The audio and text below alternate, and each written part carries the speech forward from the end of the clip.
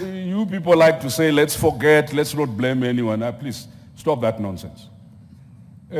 When the Holocaust happened against the Jews, it was 1940s, 45. Not a single African country other than Ethiopia and those who had not been colonized was free. The first African country got independent 1957. There is not a single Jewish person who will allow you to forget the Holocaust. And in fact, there are crimes, not just in Israel, across the world against denial of the Holocaust.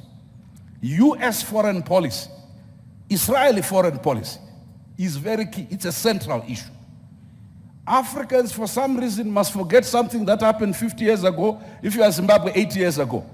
Listen, we must always remind our friends from Europe and elsewhere that slavery was a crime against humanity, as is colonialism and neocolonialism. That killing Sankara in 1984 because you are opposed to communism and plunging his country into chaos that you are now trying to solve as a problem of poor governance is a shared responsibility.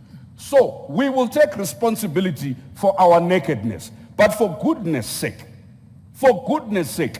a naked emperor cannot lecture us about how to be clothed. And I'll tell you the contradictions. When Europeans first came here, if you come to the south of the continent, ladies did not wear long skirts. And they did not cover their top. Then they said, no, that's indecent. So we covered everything, including the head. And then the Europeans have decided to go nude now. Now the dress code in Europe is pre-colonial Africa.